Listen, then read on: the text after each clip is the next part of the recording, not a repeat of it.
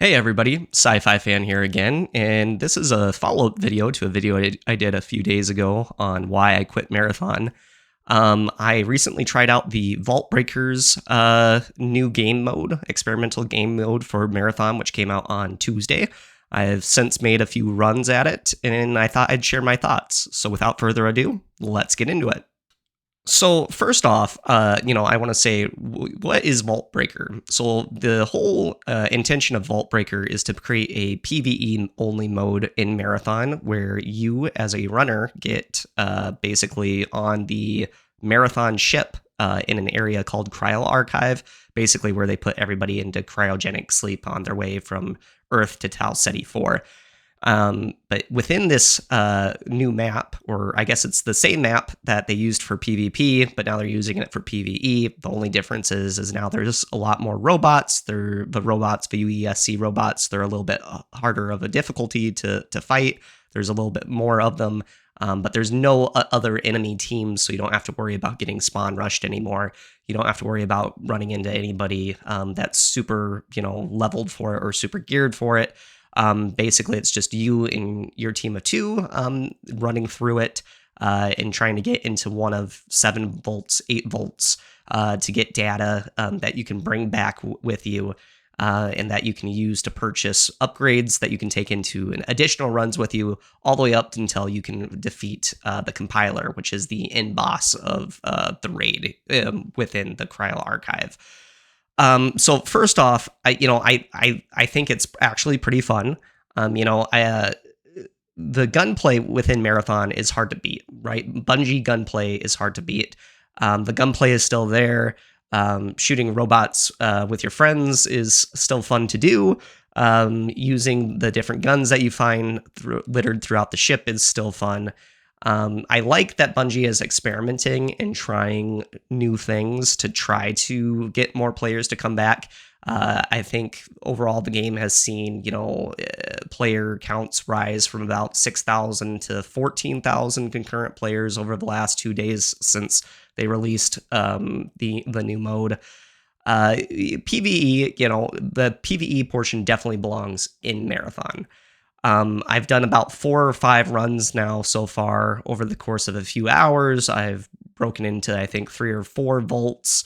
I haven't made it to the compiler yet, but still something that I'm working towards. But right now, I think I've played enough, definitely enough to have an opinion on it. As you go, though, the runs start to become pretty repetitive. Without the enemy teams there, like the enemy player teams there, there's not a whole lot of enemy variety for each run, right? You have your typical UESC units. You've got the drones that float overhead. You've got some of the purple shielded UESC units, which are kind of the bosses that you fight. And then you've got like your mini bosses, like your wardens, which you can still find within Cryo Archive to fight. The encounters start to blur together after a while. Like each run is pretty similar to the last. You start, you kill robots, you get their security tags, you make it through to the different sections of the ship, you get batteries or cryo archive credentials that you can use on the different vaults. To get into the vaults, you break into a vault, then you get all the data, and then you try to go get more data, which are you can get through like these little alien type tokens that you can get, and then you bring it back with you, and then you can upgrade do some upgrades to bring into the next match with you. So, for example, I brought in I didn't have a backpack when I loaded in. I didn't have good guns when I loaded in. Didn't have any cores or anything like that. I extracted a couple of times with these alien tokens that you get that turn into data, and then I used that data in the upgrade tree to basically make it so then I would start spawning in with green shields. I would start spawning in with a ×8 backpack, standard size backpack. I would start spawning in with a magnum gun and some other things as well. And the more data you get in each run, the better you can make it so that every run that you're going into, you could start with more security tags. You could start with blue shields. You could start with, a vault key, for example. and so the roguelike nature is there, but there's not a whole lot of variety to it, right? You're still picking up, like, you can't bring in guns that you find in previous Vaultbreaker runs. So, for example, I found a really fun, cool purple submachine gun, a Burt submachine gun. And I was kind of jacked because I was like, oh, this is great. I can go into my next run with it. This was my very first run that I did. And I was kind of disappointed that when I extracted with it, it just got turned into data, which helped me with my upgrade tree, but it wasn't like your average extraction shooter mode where you're able to take it out and then load back into the game with it, which was kind of where I thought they were going to go with this mode. And so that was a little bit disappointing. Um, there's also things within Cryo Archive that you pick up out of loot lockers and things like that, which just don't make sense for the game mode, right? Like there's upgrades that you get, which are upgrades that are only, like, for example, I found an upgrade or a core, or not a core, a perk, one of the 3 perks that you can load into an implant.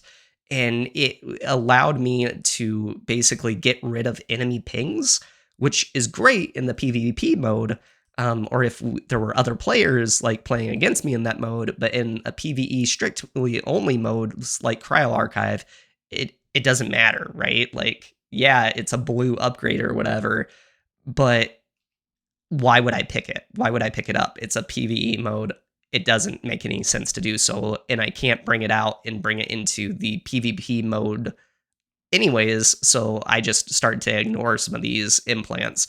I also found a few mercy kits, which mercy kits allow you to basically res somebody on another team or res a rook, which makes sense in the PvP VE mode. It does not make sense in this Vault Breakers game mode, so I'm not sure why they left it in there. It's, this game mode really has the feeling of it was just sort of thrown together pretty quickly over the course of like maybe a few weeks or a month or whatever, and it doesn't seem like there was a whole lot of time or effort that went into it.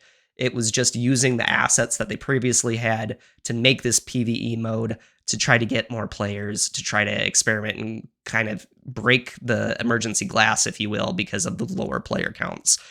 There wasn't a whole lot of build diversity either. Like, it's not like I can put together, a cool build that benefits my character or my character. I was playing the healing character whose name I can't think of right now off the top of my head for some reason.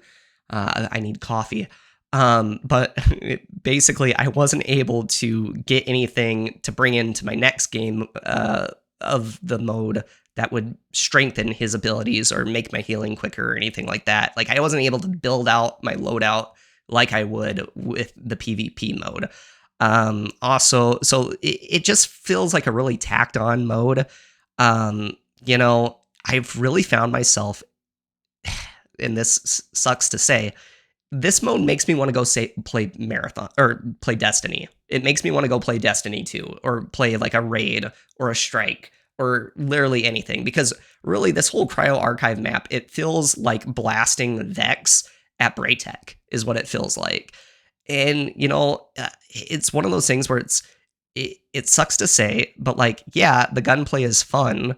The map is cool. The enemies are cool, but there needs to be more enemies. There needs to be more things to do. There needs to be the upgrade tree needs to be better thought out. The loot that you find in the mode needs to be able to be carried over into, your other runs in this same game mode. And it just doesn't feel like there's enough content there for any sort of long-term gain of players. Like, it's enough content to hold you over for a few hours.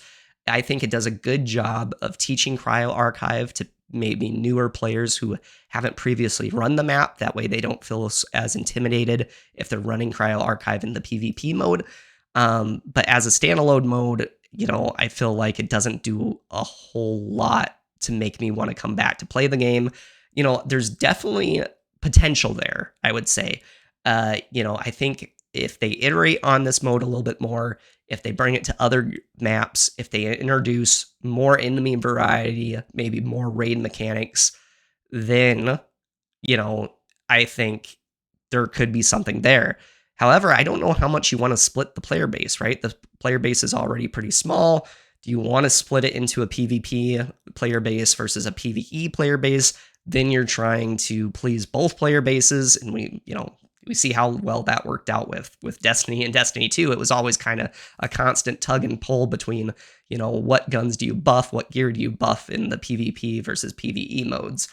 And at a certain point, it sort of becomes like what's that word? A Ship of Theseus, or a ship, where basically the more you change about this game, the less it becomes Marathon and the more it just becomes Destiny. So at a certain point, why wouldn't I just go play Destiny? Well, that's all my thoughts on the new Vaultbreakers mode. Hopefully you guys are having a fun time with it. I'll probably be playing it a little bit more just to maybe try to fight the compiler and beat the compiler, but then I'll probably go back to playing some other games and wait for the Season 3 update and see what they can cook up for, their PvE only mode. Anyways, thanks for watching. Have a great rest of your day.